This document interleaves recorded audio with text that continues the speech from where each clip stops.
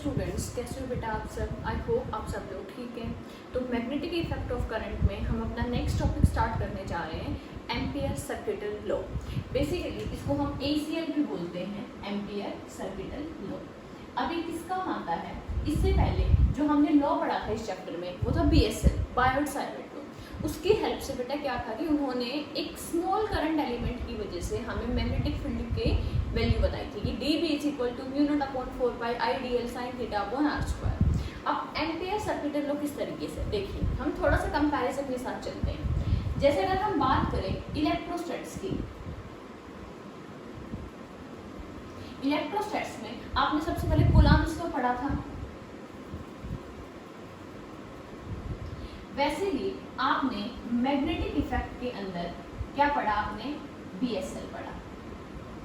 अब यहाँ पे क्या था कि जैसे कूलम्ब्स लॉ ने हमारा जो बेसिक एंटिटी थी चार्ज, उनके बीच में क्या बताया था कि फोर्स बताया था, ऐसे ही आपने BSL पढ़ा कि जो छोटा सा एलिमेंट है, जो सोर्स है हमारे मैग्नेटिज्म का, हमारे इलेक्ट्रोस्टैट्स का सोर्स कौन थे, चार्ज थे। तो कूलम्ब्स लॉ चार्ज के साथ डील करता है और BSL करंट एलिमेंट के साथ डील करता है। अब आगे देखिए, जैसे आपने गॉस लॉ पढ़ा था ना,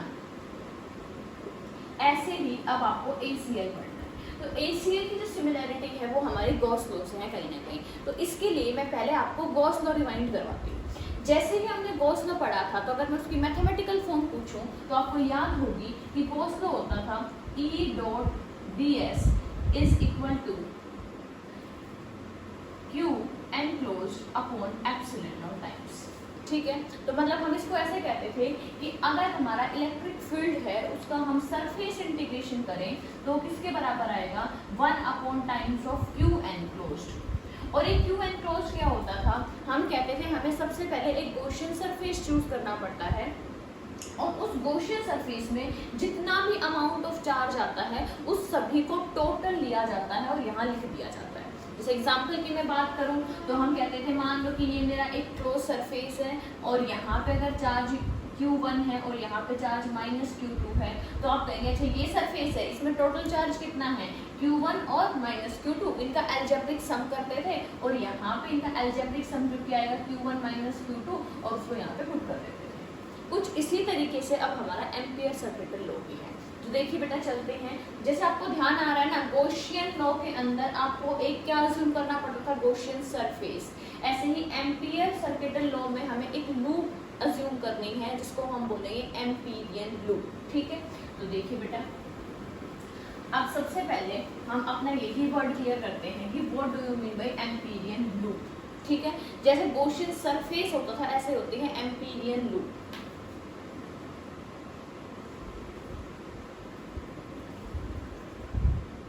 देखिए अब आपको समझ आ रहा है, यहाँ पे सरफेस नहीं है, यहाँ पे क्या है, लूप है। लूप मतलब एक क्लोज पाथ। लूप का मतलब क्या है, एक क्लोज पाथ। तो what is Amperian loop, basically Amperian loop एक क्लोज पाथ होती है जो अपने अंदर करंट को एनक्लोज कर भी सकती है और नहीं कर सकती। तो आपको कभी भी अगर एम्पियर सर्किटल लॉ लगाना होता है तो सबसे पहले एक एम्पीरियन लूप चूज करनी पड़ती है, और एम्पीरियन लूप का क्या मतलब है, क्लोज पाथ चूज करना पड़ता है। अब आप सोच रहे होंगे कि हम किस तरीके का पाथ चूज करें, तो अपने गॉस लॉ को रिमाइंड करो बेटा। गॉस लॉ में तब आप किसके लिए, सबसे पहले आपने सिलेंडर के लिए सॉल्व किया था। ठीक है, सिलेंडर बोलना चाहूंगी क्यों, क्योंकि आपने वायर को एक सिलेंडर की फॉर्म ली थी हमने, मतलब है तो एक पतली सी वायर बेटा, लेकिन वायर खुद क्या होती है, एक सिलेंडर होती है। तो आपने इसके चारों तरफ एक सिलेंड्रिकल सरफेस अज्यूम किया था। तब हमने शीट का डिस्कशन किया था, तब भी हमने एक सिलेंडर को अज्यूम किया था कुछ इस तरीके से। अब ये सब क्यों किया था, ये सिमेट्री के अकॉर्डिंग किया था।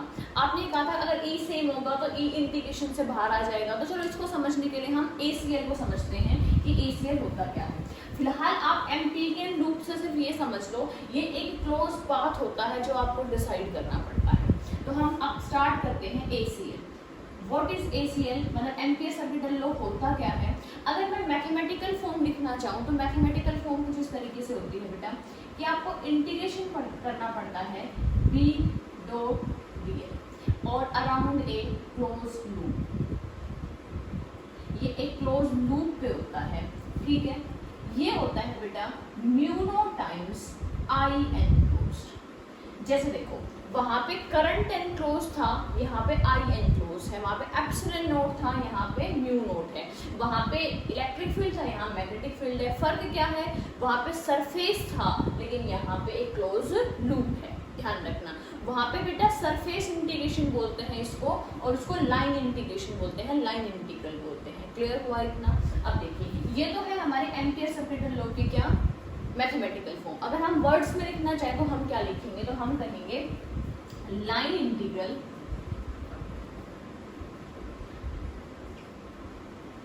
Of magnetic field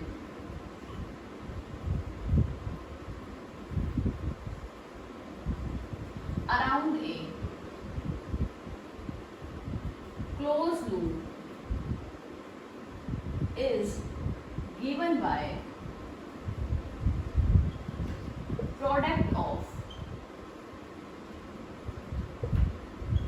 mu naught and current enclosed।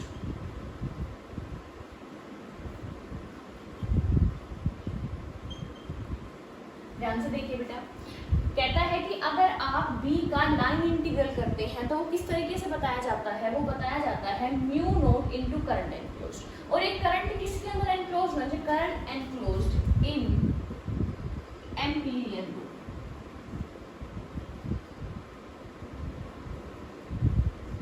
कहाँ होना चाहिए बेटा, ये एम्पीरियन लूप के अंदर होना चाहिए।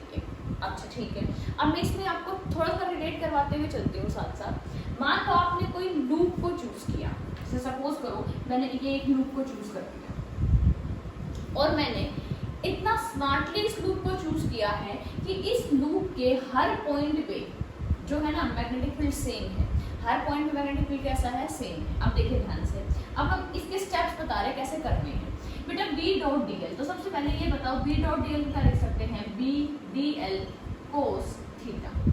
ओके, मतलब बी और डी एल के बीच का एंगल। अब B का तो हमें मैग्नेटिक फील्ड की डायरेक्शन तो हमें समझ आती है, अब जो DL मैंने वेक्टर बनाया है इसकी डायरेक्शन क्या लेनी है हमें। देखिए ये जो DL वेक्टर होता है इसकी डायरेक्शन होती है along the tangent of loop, मतलब जिस पॉइंट पे लूप के जिस पॉइंट पे आप DL को सर्च कर रहे हैं वहां पे बना दो एक टेंजेंट, वहां पे क्या बनाए हमें एक टेंजेंट बनाएंगे। ठीक है, तो DL की डायरेक्शन कैसे बताई जाएगी, जो DL वेक्टर होता है हमारा DL वेक्टर वो होगा along the tangent,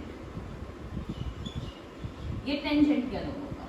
क्लियर हुआ? ठीक है, अब देखिए, अब सोचो कि अगर मान लो ये आपका DL है और किसी भी वजह से ये आपका मैग्नेटिक फील्ड हो, फिर तो आपका क्वेश्चन सॉल्व हो गया। क्यों? दोनों के बीच में एंगल 90 डिग्री है तो ये पूरा का पूरा आंसर क्या हो गया, 0 हो गया। ठीक है, तो ऐसे ही आपको एंगल ढूंढने पड़ते हैं। जैसे आपको याद है गॉस लॉ के अंदर हम सरफेस बनाते थे, फिर हम सरफेस और इलेक्ट्रिक फील्ड के बीच में एंगल देखते थे। जैसे मैं आपको रिमाइंड करवाऊं, अगर ये हमारा लाइन थी, यहाँ पे हमने क्या बनाया था बेटा, ऐसे एक सिलेंडर बनाया था, फिर हमने एक यहाँ पे सरफेस अज्यूम किया था इस पोर्शन के लिए, यहाँ पे सरफेस अज्यूम किया था, यहाँ पे सरफेस अज्यूम किया था। हमने कहा था ये इलेक्ट्रिक फील्ड है, इलेक्ट्रिक फील्ड आपको पहले से पता था। फिर आपने कहा ये इसका एरिया वेक्टर है, ये इसका एरिया वेक्टर है और ये इसका एरिया वेक्टर है। तो यहाँ एंगल 90 होता था, ये टर्म तो खत्म हो जाती थी और एक यही टर्म कंट्रीब्यूट करती थी। तो सबसे पहला काम जैसे वहाँ पे हमारा एंगल ढूंढना था, तो यहाँ पे भी हम एंगल ही ढूंढने की कोशिश करेंगे। और एंगल किस किस के बीच में होगा, बी और DL के बीच में होगा। और DL की डायरेक्शन कैसे पता करेंगे, अलोंग द टेंजेंट पता करेंगे। क्लियर है इतनी बात? ठीक है, अब देखो मान लो हमें एंगल भी मिल गया, फिर अब आपसे कोई पूछ रहा है कि भाई हम ये कैसे डिसाइड करेंगे लूप कैसी होनी चाहिए, लूप स्क्वायर में होनी चाहिए, ट्राइंगल में होनी चाहिए, सर्कल में होनी चाहिए, क्वाड्रिलेटरल में होनी चाहिए। तो हम कहेंगे कि एक लूप को चूज करो सच दैट जो B की वैल्यू है ना उसके हर पॉइंट पे सेम आ जाए। अगर हम ऐसा चूज करते हैं, अगर B की वैल्यू हर जगह सेम होती है तो उससे क्या फायदा है। तो हम कहेंगे, देखो अगर आपको ट्रिक बताना चाह रही हूँ मैं कि choose a close path, choose a close path such that B remains constant on it। मतलब सिर्फ आपको इस तरीके से लूप चूज करनी है कि मैग्नेटिक फील्ड जो है वो कांस्टेंट रहे उस पर, या फिर एटलीस्ट लूप की डायरेक्शन में हो। कैसे हो, लूप की डायरेक्शन में हो। अब देखिए, अब एक बात सुनिए बेटा, अगर b कांस्टेंट है तो क्या फायदा होगा। अब आप इस इंटीग्रेशन को लिखेंगे b dl cos थीटा। ठीक है, आपने थीटा डिसाइड कर लिया, थीटा 90 हो सकता है, 180 हो सकता है, 0 हो सकता है। अगर b कांस्टेंट है तो b कहाँ आ जाएगा, b आ जाएगा बाहर। तो इंटीग्रेशन से b बाहर आने के बाद सिर्फ इंटीग्रेशन किसका होगा, dl का होगा। तो ये इंटीग्रेशन करना तो बहुत आसान हो जाएगा। तो इसलिए हम क्या कर सकते हैं, फिर b की वैल्यू को निकाल सकते हैं।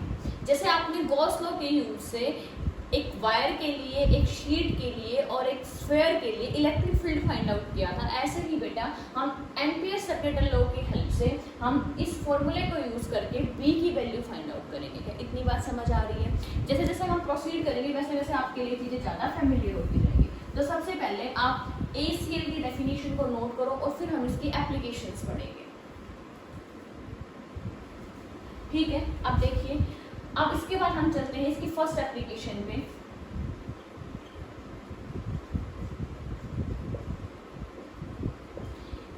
आपको एक फॉर्मूला रिमाइंड करवाती हूँ बेटा कि आपने एक स्ट्रेट इनफाइनाइट वायर के लिए मैग्नेटिक फील्ड की वैल्यू पढ़ी है।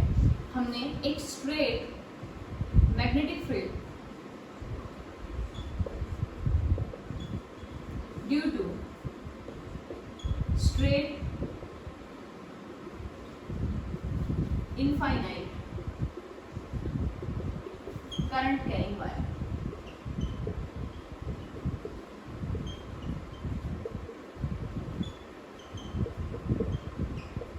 एक straight infinite current carrying wire की वजह से आपने एक फॉर्मूला पढ़ा है जिस फॉर्मूले को हम बोलते हैं B = μ0I/2πr।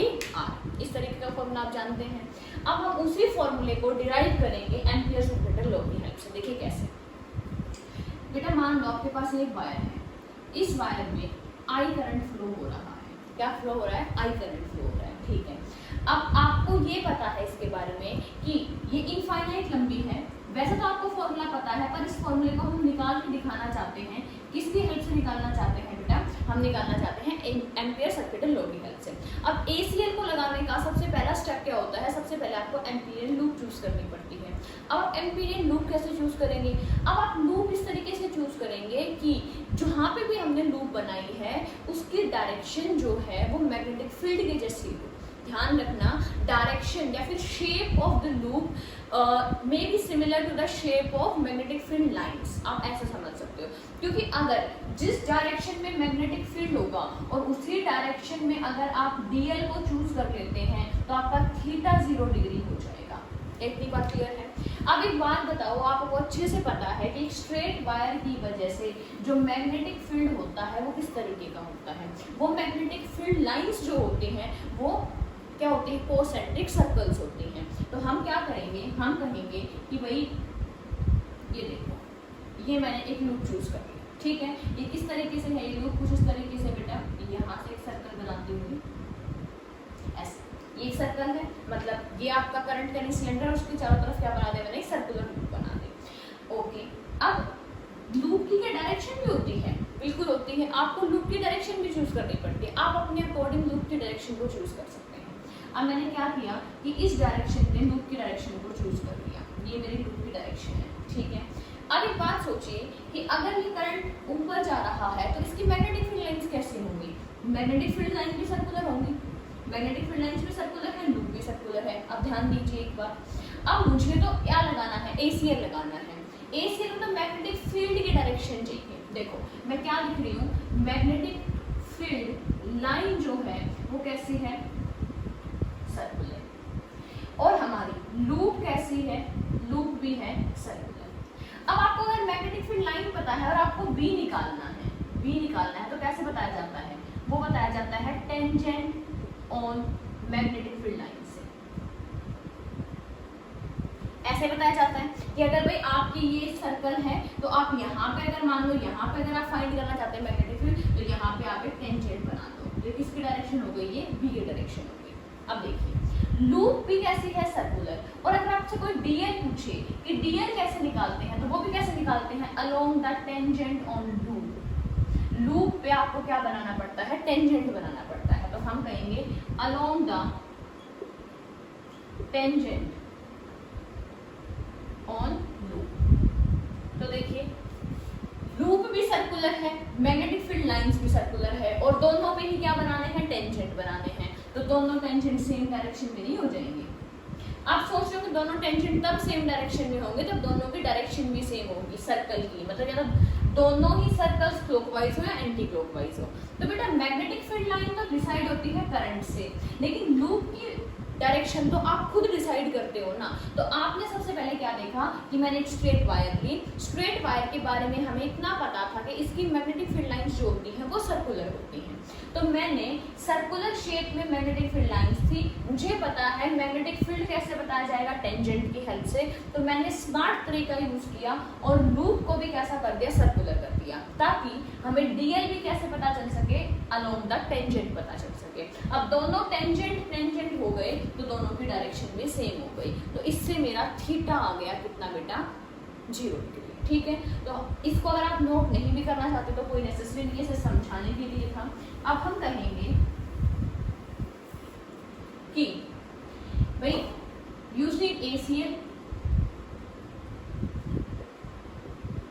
तो यूजिंग ACL क्या कहता है कि भैया जो भी आपकी क्लोज लूप होती है उसके ऊपर हमें BDL cos थीटा करना पड़ता है, और ये होता है म्यू नॉट टाइम्स और I एनक्लोज्ड। ठीक है, अब देखिए, अब एक बात बताओ बेटा, ये जो लूप है इसका रेडियस है R, इसका रेडियस क्या है R, और आपको ये पता है कि R रेडियस जो है, सॉरी R रेडियस इसका है लूप का, और R जो है वो डिस्टेंस भी है। अब अगर लूप सर्कुलर है तो R की वैल्यू तो हर जगह सेम होगी, ठीक है, और मैग्नेटिक फील्ड सिर्फ R पर डिपेंड करता है, तो आप मान सकते हैं कि आपका जो मैग्नेटिक फील्ड है वो लूप के हर पॉइंट पे कैसा है, वैल्यू में सेम है। देखिए हमने B इस तरीके से चूज कर लिया कि जो वैल्यू है B की वो कैसी रहे, सेम रहे। अब वैल्यू सेम रहने से क्या फायदा है, B आ जाएगा बाहर, तो हम कहेंगे बेटा कि B तो बाहर आ जाएगा और हम DL का इंटीग्रेशन कर देंगे, और कोस जो है वो कितना हो गया, 0,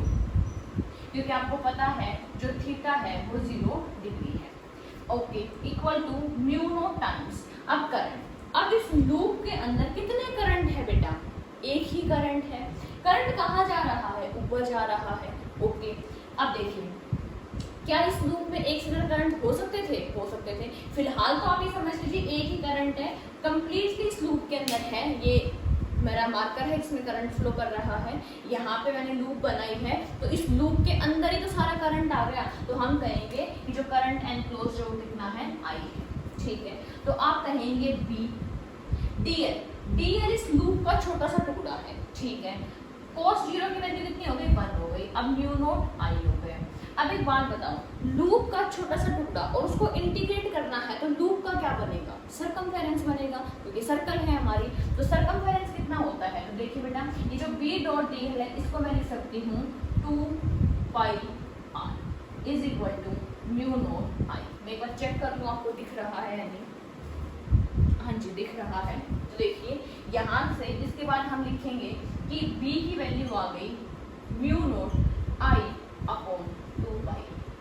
देखिए कितना सिंपल था, केवल 2 स्टेप में आपका क्वेश्चन हो चुका है। ठीक है, लेकिन अभी मैं स्लो इसलिए करवा रही हूँ, टॉपिक नया है, एक बार आप फटाफट से रिवाइज करते हैं जो अभी तक हमने पढ़ा। हमने ये पढ़ा बेटा कि हमारे पास एक ACL होता है, ampere circuital law. Ampere circuital law के अंदर हमें सबसे पहले एम्पीरियन लूप चूज करनी पड़ती है। लूप जो है आप कैसे भी कर सकते हैं, पर हम कोशिश करते हैं कि लूप इस तरीके से चूज हो, एक तो मेरा एंगल 0 बन जाए, और दूसरा हर जगह B की वैल्यू कांस्टेंट हो। B की वैल्यू कांस्टेंट क्यों हो, ताकि हम इस इंटीग्रेशन से B को बाहर निकाल सकें।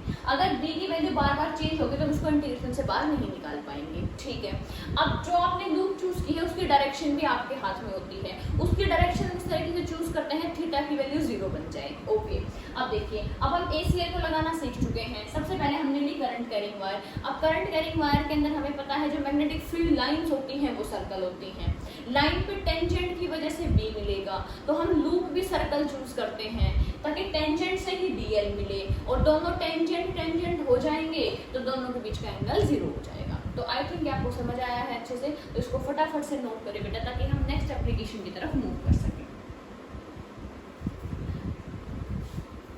अब देखिए, अब इसमें मैंने एक बात बोली बेटा, अगर मान लो आपको कोई रैंडम क्वेश्चन आ जाए करने के लिए, जैसे गॉस लॉ के ऊपर क्वेश्चन आते हैं, तो मैं एक दो चीजें छोटी छोटी और इंट्रोड्यूस करना चाहूंगी with the help help of questions बेटा देखिए, जैसे आपने क्वेश्चंस किए हैं बेटा किसके, गॉस लॉ के। अब गॉस लॉ में एक जो आपने सरफेस चूज किया था उसमें जरूरी तो नहीं ना एक ही करंट मतलब एक ही चार्ज हो, उसमें तो मोर देन वन चार्जेस भी हो सकते हैं। तो आप क्या करते थे, उनका सम करते थे। जैसे फॉर एग्जांपल मान लो ये है और ऐसे हो, यहाँ पे +1 कूलम है, यहाँ पे -3 कूलम है, यहाँ पे +4 कूलम है, और अब बताओ क्या आंसर होगा। तो हम कहते थे कि इससे जो फ्लक्स निकलता है, फ्लक्स में तो आप ऐसे निकालते थे ना, फ्लक्स कैसे निकालते थे कि Q enclosed divide by epsilon not. तो आप कहते थे क्यू एनक्लोज्ड, अब इसको मुझे टोटल लेना पड़ता था। और टोटल कैसे लेते थे हम, भाई हम कहते थे चार्ज का जो साइन है वो मैटर करता है, उसके नेचर को शो करता है, तो उसके नेचर को तो इंक्लूड करना पड़ेगा। तो मतलब मुझे 4 + 1 5 और -3, तो ये +2 कूलम लेना पड़ता था। क्या ऐसी सिचुएशन कभी हमारे इस क्वेश्चन में भी आ सकती है, मतलब क्या हमें एक से ज्यादा करंट भी मिल सकता है? बिल्कुल मिल सकता है। अब मैं आपके सामने क्वेश्चन रखती हूँ, मान लो ये आपकी एम्पीरियन लूप है, ये क्या है आपकी एक एम्पीरियन लूप है, और इसके अंदर कुछ करंट फ्लो कर रहा है। किस तरीके से देखिए, ये देखो, मान लो ये करंट है इस तरीके से, ये I1 करंट है, ये I2 करंट है, और आपसे कोई पूछे कि भाई ये जो लूप है अगर मैं इसका B.dl निकालूं इंटीग्रल, तो वो μ0 टाइम्स कितने के बराबर होगा। तो आपको पता होना चाहिए कि जो B और dl का लाइन इंटीग्रल होता है, या कह दो कि B का लाइन इंटीग्रल होता है, वो μ0 टाइम्स I एनक्लोज्ड होता है। ये क्या होता है, I एनक्लोज्ड। अब भाई टोटल करंट कितना है, तो हमें दिख रहे हैं 2 करंट है भाई, एक I1 है और एक I2 है। तो क्या मुझे ये लिख देना चाहिए I1 + I2।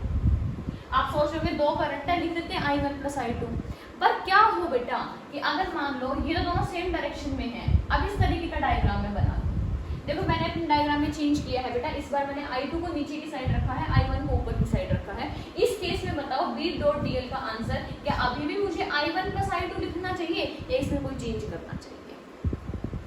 अब सुनिए ध्यान से, जैसे बेटा तब आप क्यू एनक्लोज निकालते थे तो आपको क्या करना होता था, आपको सभी का सम करना होता था, लेकिन इसमें हम सम अलोंग विद साइन, हम साइन का ध्यान रखते हुए सम करते थे। यहाँ पे भी आपको आई एनक्लोज निकालना है, मतलब यहाँ पे भी आपको करंट का सम करना है। लेकिन आपको पता है मैग्नेटिक फील्ड के चैप्टर में फर्स्ट लेक्चर से हम जानते हैं करंट की डायरेक्शन चेंज होगी तो मैग्नेटिक फील्ड चेंज हो जाएगा, उसकी डायरेक्शन भी चेंज हो जाएगी। तो हमें ये पता है कि सम करते हुए यहाँ पे भी हमें साइन का ध्यान रखना पड़ेगा। पर ऐसा तो कहीं पे भी नहीं लिखा होता कि ये वाला करंट पॉजिटिव है, ये करंट नेगेटिव है। करंट की डायरेक्शन होती है पर डायरेक्शन डिसाइड नहीं होती, मतलब ऐसे डिफाइन नहीं करते हम उसको। तो हम क्या करेंगे, तो यहाँ पे अब मेरी बात सुनिए बेटा, तब भी आपके पास एक ऐसी सिचुएशन आए कि आपकी एम्पीरियन लूप में मोर देन वन करंट है, जब एक से ज़्यादा करंट हो तो क्या करें। देखो आपको लूप की डायरेक्शन चूज करनी पड़ती है, लूप की डायरेक्शन आपके हाथ में होती है। सबसे पहले स्टेप होता है आपका कि choose the direction of loop, ठीक है। अब देखो, अब आपको क्या करना है, अपने फिंगर्स को कर्ल करना है इन द डायरेक्शन ऑफ, ठीक है। तो हम कहेंगे कि curl fingers in the direction of loop, ठीक है। तो थंब की डायरेक्शन में जो करंट आएगा वो पॉजिटिव, तो हम कहेंगे curl the finger in the direction of loop, then the current in the direction of thumb is positive। क्या ये मेरी बात समझ आई? जब भी आपके पास एक से ज्यादा नंबर ऑफ करंट आए या ऑलरेडी डायग्राम बना हुआ है और आपको चूज करना है कि क्या आएगा आंसर, तो आप कहेंगे सबसे पहले आप लूप पे ध्यान देंगे। अगर लूप पे डायग्राम में ऑलरेडी डायरेक्शन बना रखी है तो फिर आप कुछ नहीं कर सकते। जैसे यहाँ पे इस लूप में देखो मैंने कोई भी डायरेक्शन नहीं बना रखी, तो आप सबसे पहले एक डायरेक्शन चूज करेंगे। तो मान लो मैं ये डायरेक्शन चूज करती हूँ, कर ली मैंने डायरेक्शन चूज। अब 2 करंट है, मैं किसको पॉजिटिव और नेगेटिव लिखूं, तो हम कहेंगे कि भाई अपने हाथ को रोटेट करो इन द डायरेक्शन ऑफ, अब देखो अब मेरा थंब कहाँ जा रहा है, ऊपर जा रहा है, तो बेटा जो ऊपर की डायरेक्शन में है इसको तो आप पॉजिटिव लेंगे और फिर इसको क्या लेंगे आप नेगेटिव। तो इस क्वेश्चन के अंदर जो आपका B.dl है वो क्या बनेगा, μ0 I1 - I2। लेकिन अगर इसी क्वेश्चन को सॉल्व करते वक्त कोई बच्चा इस लूप की डायरेक्शन को चेंज कर दे, रिवर्स कर दे, तो क्या होगा, उसके लिए ये नेगेटिव हो जाएगा, ये पॉजिटिव हो जाएगा। तो इतनी बात ध्यान रखेंगे। जैसे यहाँ पे आप साइन का ध्यान रखते थे, वैसे यहाँ पे भी आपको करंट की डायरेक्शन का ध्यान रखना है। करंट की डायरेक्शन कैसे चूज करनी है, लूप की डायरेक्शन में हाथों को घुमाओ, अगर थंब की डायरेक्शन में जो करंट है वो पॉजिटिव, अदरवाइज नेगेटिव रहेगा। इतनी बात क्लियर है। अब देखो, अब इसमें आपके मॉड्यूल में छोटी सी और अच्छी बात लिखी है, वो भी ध्यान से सुनिए। जैसे देखो, इन्होंने एक डायग्राम बना के दिखा रखा होगा आपके सामने कि मान लो बेटा ये इस तरीके से करंट है, यहाँ पे करंट है, ये करंट मान लो 4 एम्पियर है, ये करंट मान लो 2 एम्पियर है, और इन्होंने लूप इस तरीके से बनाई है, देखो ऐसे, फिर इन्होंने ऐसे, और आई डोंट नो कैसे खत्म किया ऐसे। देखो किसी ने थोड़ी ना कहा कि सर्कल ही लूप लेनी होती है, लूप तो किसी भी अकॉर्डिंग आ सकती है। अब मान लो इस तरीके का डायग्राम आपके सामने हो, और ये मान लो कि लूप की डायरेक्शन भी देखो ऐसे गया, फिर ऐसे करंट ऊपर गया, फिर इस तरीके से गया ऐसे, फिर करंट ऐसे गया, फिर ऐसे, और फिर ऐसे। तो आप क्या करेंगे, ये पूरी क्लोज लूप है, कहीं से ब्रेक नहीं हो रखी, ये यहाँ से स्टार्ट होती है और ऐसे ये घूम फिर के जाके और यहीं पे कंबाइन हो जाती है। इतना क्लियर हुआ, ठीक है। तो देखो अब यहाँ पे आपको दिख रहा होगा बेटा कि जो ये वाला करंट है ना, ये इस लूप में भी आता है और ये इस वाले सर्कल में भी एनक्लोज हो रहा है। तो हम क्या करें, क्या हम इसको 2 बार काउंट करना पड़ेगा? बिल्कुल 2 बार काउंट करना पड़ेगा। कहने का मतलब ये है कि अगर करंट एक है लेकिन वही करंट 2 लूप में आ रहा है, एक लूप ये बना दी और एक लूप आपने ऐसे बना दी, यहीं पे 2 लूप बना दी, तो आप उसको 2 बार काउंट करेंगे। अगर आपके किसी भी कारण से n नंबर ऑफ लूप बन रही है और n नंबर ऑफ लूप में सेम करंट आ रहा है, तो उसको n टाइम्स काउंट करना है। ध्यान रहेगा। जैसे देखो अगर लूप 1 है और करंट 2 है तो 2 काउंट करते हो ना, अगर करंट 1 है और लूप 2 हो तो भी 2 काउंट करना है। क्लियर हुई बात? तो ये था हमारा किस तरीके से हमें आई एनक्लोज को चूज करना होता है। तो अब हम चलते हैं बेटा अपनी सेकंड एप्लीकेशन पे। अब सेकंड और third application board point of view से काफी इंपॉर्टेंट है। अब जो सेकंड है वो वर्ड है हमारा सोलेनॉइड। अब सोलेनॉइड जो वर्ड है वो आपने 10th क्लास में अच्छे से पढ़ा था। याद है ना, 10th क्लास में आपके पास 3 ही डायग्राम आते थे। लूप का डायग्राम होता था, आपके पास स्ट्रेट वायर का डायग्राम होता था, मैग्नेटिक फील्ड लाइंस का, और दूसरा किसका होता था? सोलेनॉइड का होता था। तो जो हमारी सेकंड एप्लीकेशन है,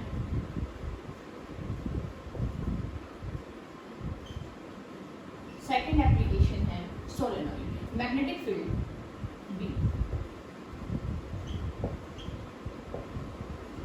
ड्यू टू सोलेनॉइड। तो भाई सबसे पहले समझते हैं कि सोलेनॉइड होता क्या है। जैसे स्प्रिंग होती है ना बेटा, स्पाइरल होती है, ऐसे ऐसे ऐसे लिपटी होती है। तो सेम क्या होता है, एक सिलेंडर होता है, उस सिलेंडर के ऊपर बहुत ही क्लोज तरीके से क्या किया जाता है। जैसे एक सेकेंड मेरे पास ये है, तो देखो जैसे ये इसको इस सिलेंडर के ऊपर मैं ऐसे रैप कर दूँ तो ये जो स्ट्रक्चर बनेगा, लेकिन इसमें ध्यान रखना है आपको कि बेटा ये जो है ना, ये दूर दूर नहीं होनी चाहिए, ये ऐसे बिल्कुल पास होनी चाहिए। तो इस तरीके का जो स्ट्रक्चर बनेगा आपके पास ऐसे रैप होने के बाद, उसी को हम सोलेनॉइड बोलते हैं। तो हम क्या करते हैं, इसमें रबर बैंड रैप नहीं करते, रबर रैप नहीं करते, हम इस पर एक इंसुलेटेड कॉपर वायर को रैप करते हैं। ठीक है, इंसुलेटेड कॉपर वायर को लपेटा जाता है। तो हम कहेंगे व्हाट इज सोलेनॉइड। तो सोलेनॉइड होता है हमारे पास कि large number of when large number of insulated copper wire is bounded, large number of copper, if when large number of insulated copper wire, क्या लिखना चाहिए भाई, टर्न्स आना चाहिए बेसिकली, थोड़ा सा चेंज कर लो बेटा। ठीक है, तो हम कहेंगे कि when large number of turns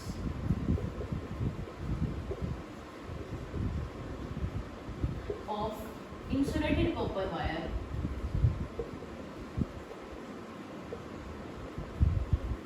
is bounded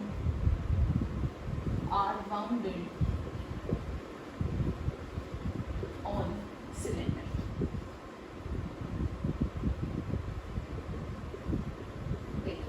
मतलब आपके आपके पास एक सिलेंडर है बेटा,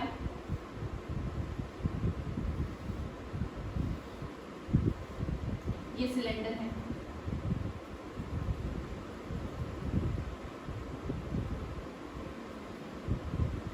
और इसके ऊपर लार्ज नंबर ऑफ क्या करने हैं आपको, टर्न्स बनाने हैं, किसके, कॉपर वायर के। ठीक है, तो देखिए इस तरीके से बनाते हैं। ये ऐसे वायर ली, ये इसके ऊपर पीछे की साइड गई बेटा, फिर पीछे से निकल के आई, फिर ऐसे ऊपर की साइड गई, फिर पीछे चली गई, फिर पीछे से निकल के आ रही है, और इस तरीके से। तो आई थिंक ये आपको समझ आ रहा है कि किस तरीके से रैप की गई। मतलब ऐसे करंट ऊपर जा रहा है, देखो ध्यान से सुनो, ये पहले जो मैंने वायर शो की है इसके ऊपर से अगर ये है तो पहले वायर ऐसे गई, फिर ऐसे अंदर की साइड मुड़ रही है। तो अगर करंट ऐसे जा रहा है, इस पॉइंट में देखो क्या हो रहा है, करंट अंदर जा रहा है, करंट कहाँ जा रहा है, अंदर। तो मतलब यहाँ पे क्या बन रहा है, यहाँ पे क्रॉस बन रहा है, यहाँ पे क्या बन रहा है, यहाँ पे डॉट बनेगा, यहाँ पे क्यों, क्योंकि अंदर जाके फिर करंट बाहर तो निकलेगा ना। क्या मेरी बात समझ आ रही है? तो एक तो तरीका ये है कि आप इस तरीके से ये बाउंस बनाओ और फिर आप क्या कर दो, करंट को शो कर दो। ठीक है, अब देखिए, अब इस तरीके से करंट आ जा रहा है, ऐसे जा रहा है, फिर अंदर जा रहा है, फिर ऊपर की साइड जा रहा है, बाहर जा रहा है, और इस तरीके से निकल रहा है। या फिर इसको बनाने का एक तरीका और होता है, कैसे, देखिए आपने कहा कि ये मेरा सिलेंडर है, ये सिर्फ सिलेंडर को मैंने काट के दिखा दिया, यहाँ से आप ऐसे कर्व शेप में बना दो ताकि सिलेंडर जैसा लगे। आप कहेंगे कि ये वायर आई, ठीक है, करंट अंदर गया, फिर यहाँ से करंट बाहर निकला, फिर करंट वापस अंदर गया, फिर करंट बाहर निकल रहा है, फिर करंट अंदर जा रहा है, फिर करंट बाहर निकल रहा है। तो इस तरीके से भी आप सोलेनॉइड को रिप्रेजेंट कर सकते हैं। ठीक है, अब देखिए, अब इसमें दो चीजें हैं बेटा, ये आपने सिलेंडर चूज किया है, एक तो सिलेंडर का रेडियस है और एक सिलेंडर की लेंथ है। अब बहुत बार ना आपके सामने दो वर्ड आएंगे, एक आएगा फाइनाइट सोलेनॉइड और एक आएगा इनफाइनाइट सोलेनॉइड। ठीक है, अब वैसे तो हमारे बोर्ड लेवल के जो क्वेश्चंस है वो सारे के सारे इनफाइनाइट से आते हैं, लेकिन हमें अपने नीट पॉइंट ऑफ व्यू से कभी कभी फाइनाइट का सिर्फ फॉर्मूला, उसके डेरिवेशन करने की जरूरत नहीं है, हमें सिर्फ उसके फॉर्मूले से काम है, हमें उसका फॉर्मूला पता होना चाहिए कि फाइनाइट सोलेनॉइड का फॉर्मूला क्या होता है मैग्नेटिक फील्ड निकालने का। तो सबसे पहले आपको ये भी तो पता होना चाहिए ना कि हम फाइनाइट किसको बोलते हैं और इनफाइनाइट किसको बोलते हैं। तो आपको दोनों रिप्रेजेंटेशन समझ आ गई होंगी बेटा। या तो आप ऐसे क्रॉस और डॉट की हेल्प से भी क्या कर सकते हैं, रिप्रेजेंट करते हैं सोलेनॉइड को, और या फिर आप इसको ऐसे भी रिप्रेजेंट कर सकते हैं, कोई भी प्रॉब्लम नहीं है दोनों रिप्रेजेंटेशन। अब देखिए फाइनाइट सोलेनॉइड किसको बोलते हैं, अगर आपके सामने वर्ड आए फाइनाइट सोलेनॉइड, तो हमारे लिए ज्यादा काम का है इनफाइनाइट। कौन सा है, इनफाइनाइट। अब देखो जो इनफाइनाइट नहीं होगा बेटा वो फाइनाइट तो अपने आप हो जाएगा। तो हम कहते हैं when the length of the solenoid is much greater than the radius.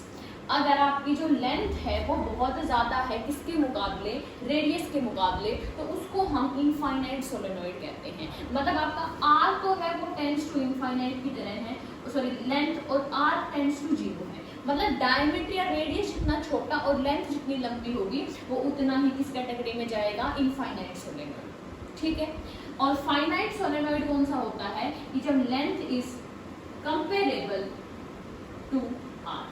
ध्यान रखना कि भाई आपकी आर और एल के बीच कैसा रिलेशन है, कंपेरेबल है या बहुत ज़्यादा डिफरेंस है। अगर एल बहुत बड़ा है, आर बहुत छोटा है, तो वो कैसे है बेटा, इनफाइनाइट सोलेनॉइड है, अदरवाइज वो फाइनाइट सोलेनॉइड है। तो आई थिंक आपको बेसिक समझ आ गया सोलेनॉइड का। अब हम सोलेनॉइड के अंदर क्या पढ़ना चाहते हैं, हम इसका मैग्नेटिक फील्ड पढ़ना चाहते हैं कि क्या फॉर्मूला होता है।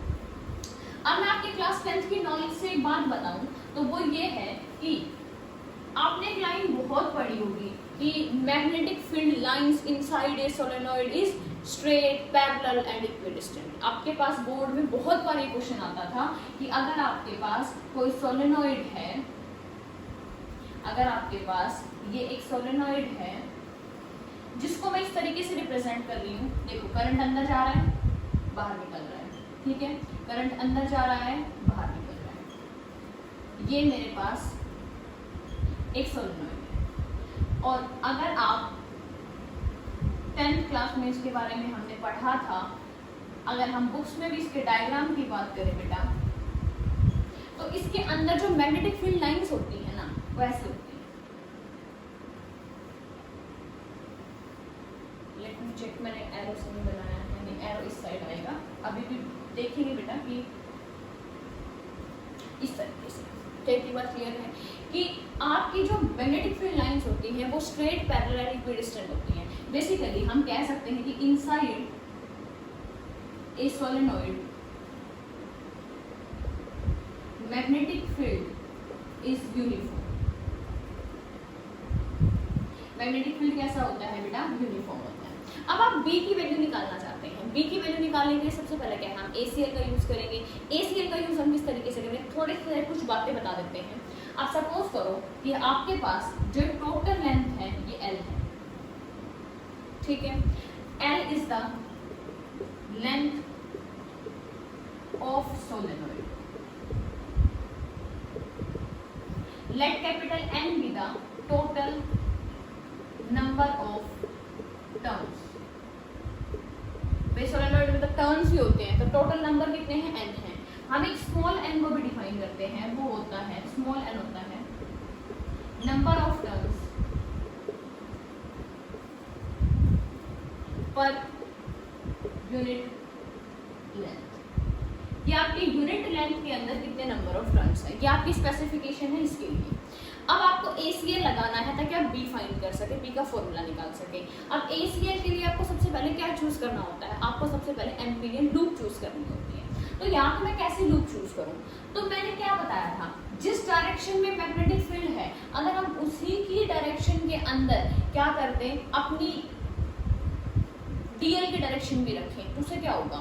एंगल 0 हो जाएगा। अब आप सोचिए, क्या मैं एक स्क्वायर बना दूं यहाँ पे,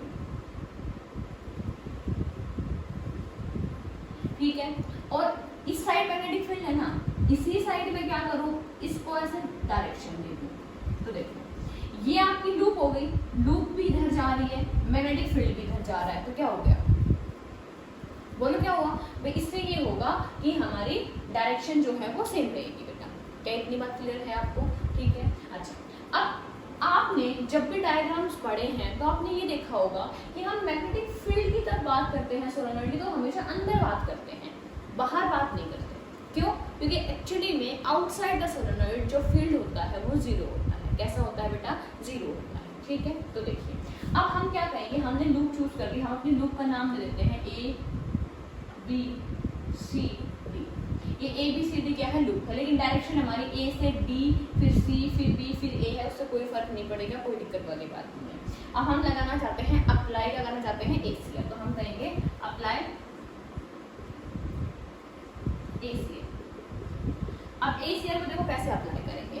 अब ACL कहता है कि आपको एक क्लोज लूप लेनी होती है। अब मेरी क्लोज लूप देखो कौन सी है, A से हम D पे गए, D से C पे गए, C से B पे गए और फिर वापस A पे आ गए, और हमने कहा B dot DL is equal to mu naught times IN closed. Simple सा फंडा है, ठीक है। अब फटाफट देखें हम इसको कैसे सॉल्व करते हैं। बेटा ये आपके पास जो लूप है, क्या इस लूप को आप 4 पार्ट में तोड़ सकते हो? आपको तो लूप क्लोज करनी थी, तो एक पार्ट ये है, एक पार्ट ये है, एक पार्ट ये है और एक पार्ट ये है। तो मैं इस लूप को लिख सकती हूँ, ऐसे देखो इंटीग्रेशन होगा B डॉट DL, लेकिन मैं यहाँ पे A से D वाले पार्ट की बात कर रही हूँ। फिर आप इसमें ऐड कर दो D से C का पार्ट, फिर उसके बाद आप ऐड करो किसका? C से लेके B का पार्ट, और फिर आप उसमें ऐड करो B से लेके A का पार्ट, और ये सब कुछ इसके बराबर होगा, ये म्यू नोट IN क्लोज्ड के बराबर हो जाएगा।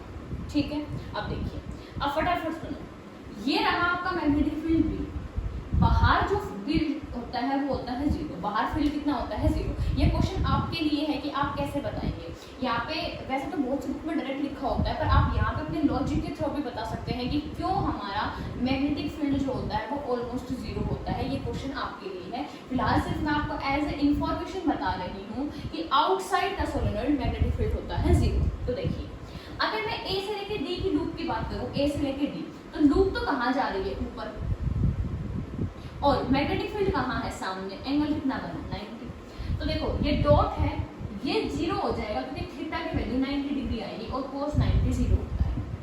अगर हम बात करें D से लेके C, अब D से लेके C बाहर है, ये कहाँ पॉइंट है बेटा, ये आउटसाइड है।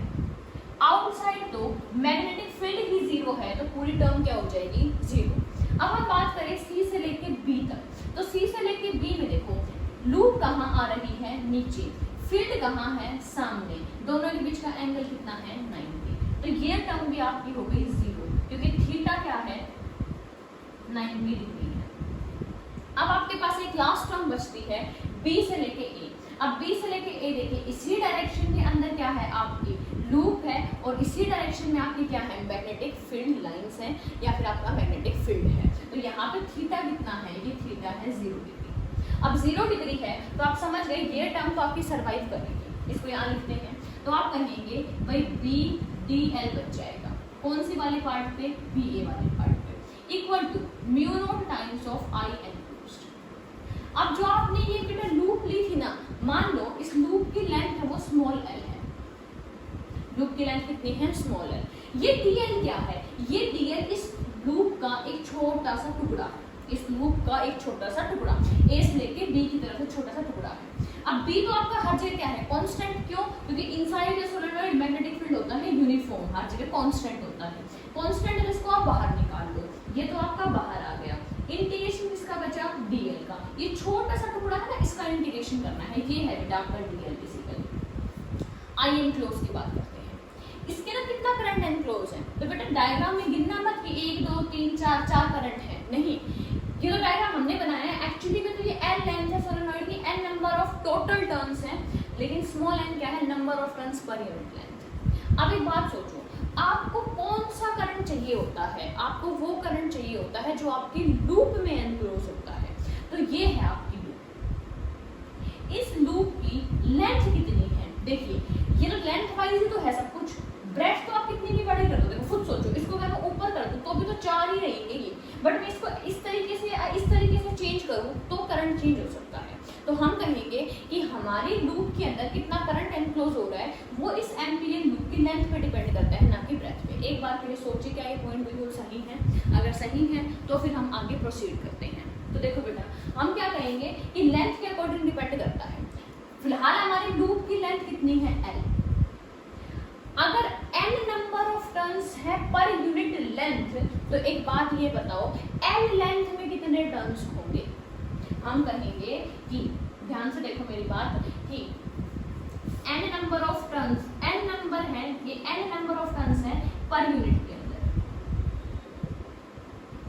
और आपकी लूप की लेंथ कितनी है, L, तो टोटल नंबर ऑफ टर्न्स कितने हो जाएंगे, n into L हो जाएंगे। एक टर्न में करंट कितना है, I, तो इतने टर्न्स में कितना करंट हो जाएगा, I से मल्टीप्लाई कर देंगे, तो I एनक्लोज कितना होगा, I एनक्लोज होगा N, L और I। आई थिंक आपको ये बात समझ आई होगी अच्छे से, ठीक है। कैसे बेटा, एक बार दोबारा देखो कि हमारी number of turns per unit length कितना है, स्मॉल n, लेंथ कितनी है लूप की, स्मॉल l।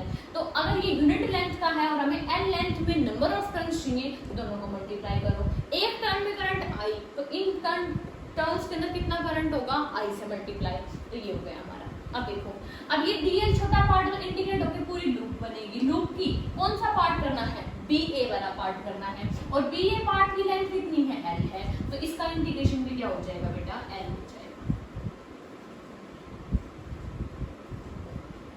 और L से L हो गया कैंसिल, तो B की वैल्यू आ गई म्यू नॉट N I।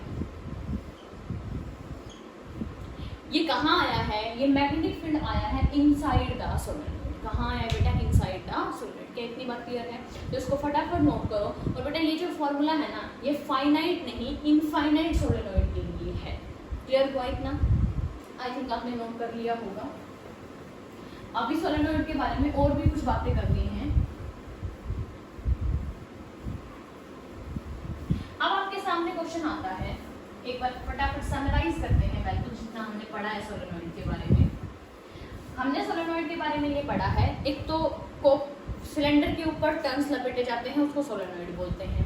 अगर मैं सोलेनॉइड के आउटसाइड की बात करूं तो मैग्नेटिक फील्ड होता है 0, और अगर मैं इनसाइड की बात करूं तो मैग्नेटिक फील्ड होता है म्यू नॉट N। और इनसाइड जो फील्ड होता है वो यूनिफॉर्म होता है, ये बात भी हमें पता है। ठीक है, अगर मान लो आपका जो क्वेश्चन है वो इनफाइनाइट सोलेनोइड की ना जगह फाइनाइट सोलेनोइड हो, तो हम क्या करेंगे? तो देखिए, मान लो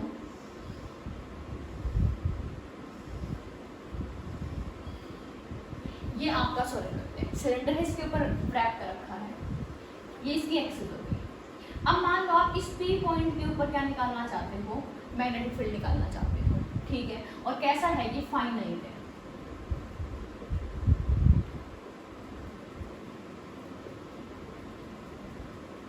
फाइनाइट सोलेनोइड है, तो हम क्या करेंगे बेटा? आपको याद है फाइनाइट वायर के लिए किया था, सेम तरीके से करेंगे। एक एंड इसका ये है और एक एंड इसका ये है, दोनों एंड को मिला दो, यहाँ से ये मिला दिया और यहाँ से ये मिला दिया। अब एंगल देखेंगे कौन सा है। एक एंगल तो हम लेंगे ये वाला और एक एंगल लेंगे ये वाला। मान लो ये θ1 है, ये θ2। तो इसको मैग्नेटिक फील्ड कैसे लिखते हैं? मैग्नेटिक फील्ड आएगा mu naught NI divide by 2 cos θ1 minus cos θ2। आपको सिर्फ फॉर्मूला पता होना चाहिए और θ1 θ2 पता होना चाहिए। जिस पॉइंट पे मैग्नेटिक फील्ड निकालना चाहते हो उस पॉइंट को दोनों एंड पॉइंट से कनेक्ट कर दो। और इस बार आपने नोटिस किया हो तो हम दोनों एंगल जो है वो कैसे ले रहे हैं बेटा? एंटी क्लॉकवाइज ले रहे हैं। ठीक है, और इस वाली एक्सिस के साथ ले रहे हैं, तो आपको ये नोटेशन पता होनी चाहिए। ठीक है, और ये आपका फॉर्मूला बन गया। क्या आप ये फॉर्मूला इससे भी निकाल सकते हो? बिल्कुल निकाल सकते हैं। ये फॉर्मूला किसके लिए था बेटा? ये इनफाइनाइट के लिए था।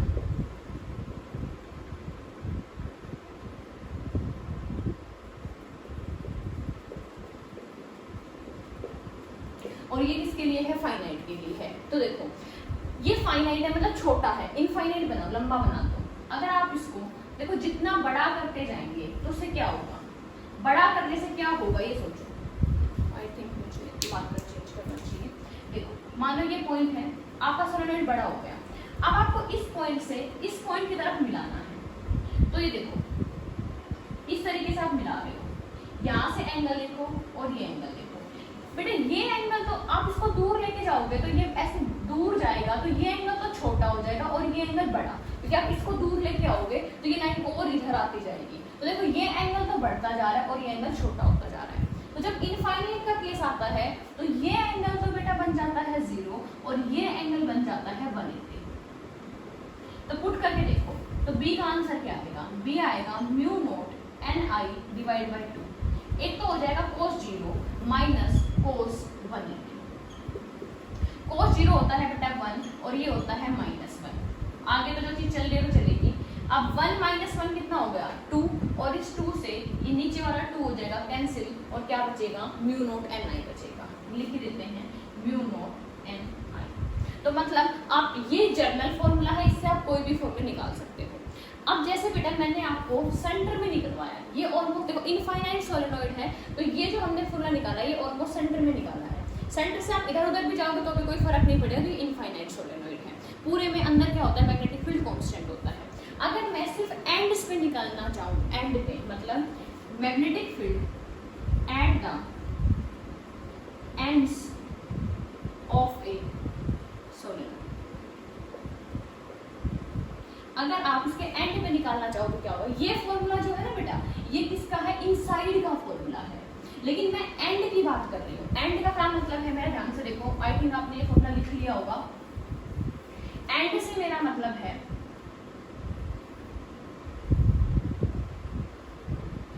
फाइनाइट बना रही हूँ, बट आप इसको समझिए इनफाइनाइट का केस है।